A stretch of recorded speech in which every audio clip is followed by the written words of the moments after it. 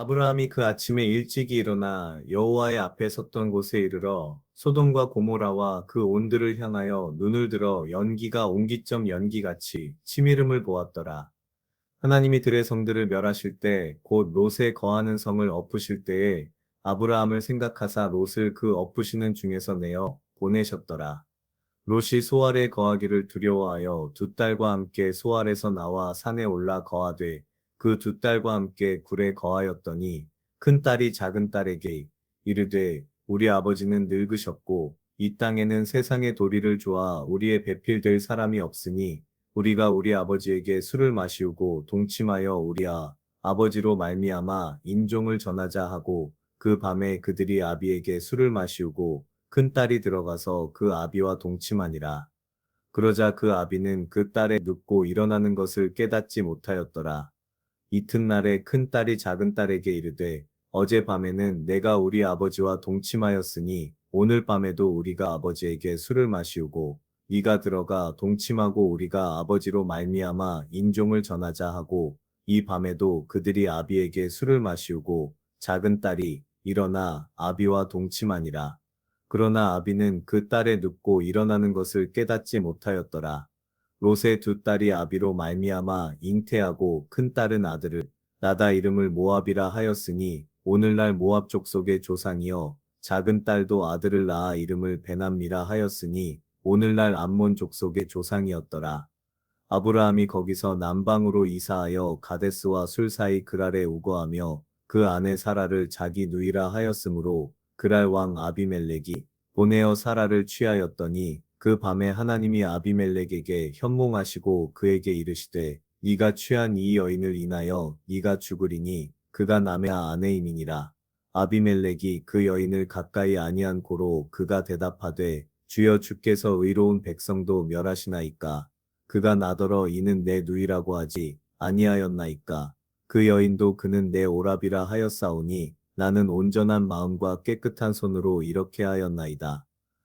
하나님이 꿈에 또 그에게 이르시되 네가 온전한 마음으로 이렇게 한 줄을 나도 알았으므로 너를 막아 내게 범죄하지 않게 하였나니 여인에게 가까이 못하게 함이 이 까닭이니라. 이제 그 사람의 아내를 돌려보내라. 그는 선지자라. 그가 너를 위하여 기도하리니 네가 살려니와 네가 돌려보내지 않으면 너와 네게 속한 자가 다 정령 죽을 줄 알지니라. 아비멜렉이 그 아침에 일찍이 일어나 모든 신복을 불러 그 일을 다 말하여 들림에 그 사람들이 심히 두려워하였더라. 아비멜렉이 아브라함을 불러서 그에게 이르되 네가 어찌하여 우리에게 이리하느냐? 내가 무슨 죄를 네게 범하였간데 네가 나와 내 나라로 큰 죄에 빠질 뻔하게 하였느냐? 네가 합당치 않은 일을 내게 행하였도다. 하고 아비멜렉이 또 아브라함에게 이르되 네가 무슨 의견으로 이렇게 하였느냐? 아브라함이 가로되 이곳에서는 하나님을 두려워함이 없으니 내 아내를 인하여 사람이 나를 죽일까 생각하였으며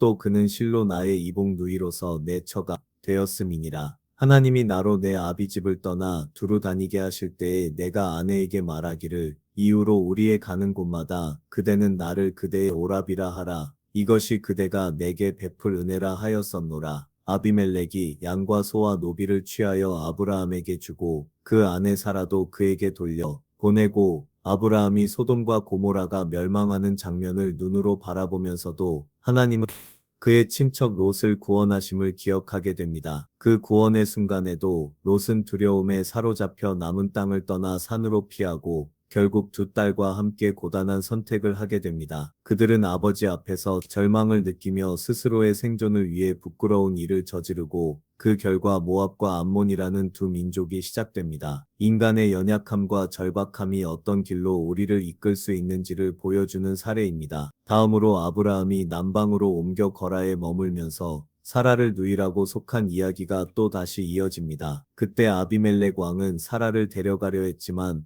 하나님은 꿈에 그에게 나타나 사라가 남의 아내임을 알리시고 즉시 돌려보내게 하십니다. 아비멜렉은 두렵게도 아브라함에게 질문을 던지고 아브라함은 자신의 불안과 믿음이 없어서 이런 거짓말을 했음을 고백합니다. 심지어 그 변명조차도 참 어처구니 없고 부끄러울 정도입니다. 그럼에도 하나님은 아비멜렉에게 양과 소 노비를 주시며 사라를 안전하게 돌려보내게 하시면서 아브라함에게도 은혜를 베푸십니다. 이 두 사건은 겉으로는 서로 다른 상황처럼 보여도 인간이 두려움과 필요에 따라 진리를 흐릴 때 어떻게 하나님의 섭리와 보호가 그 안에 역사하시는지를 일관되게 보여줍니다. 아브라함은 하나님의 약속을 붙잡고 있지만 자신이 당면한 상황에 대한 두려움 때문에 항상 판단을 흐렸고 롯 역시 멸망의 그림자 앞에서 두려움이 절박함을 부추겼습니다. 그러나 하나님은 두 사람의 약함 위에 은혜를 더하시며 멸망을 피하게도 하고 새 출발을 허락도 하십니다. 인간의 선택이 불완전하고 때로는 잘못된 길을 택하더라도 하나님의 눈은 우리를 놓아두지 않으며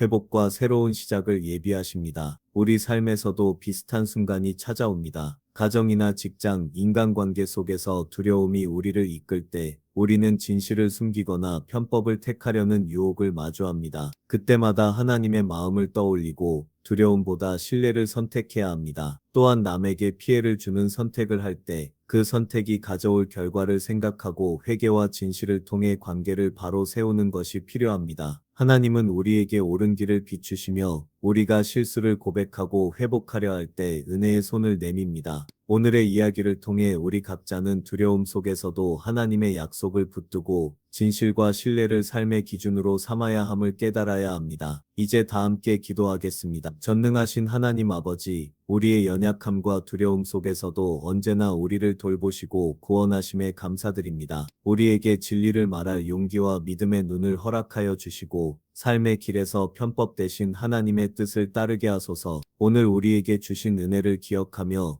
잘못된 선택을 회개하고 새로운 발걸음을 내딛게 하소서. 주님의 평강이 우리 가운데 머물게 하시고 매 순간 주님의 인도하심을 신뢰하게 하옵소서. 이 모든 말씀 예수님의 이름으로 기도합니다. 아멘.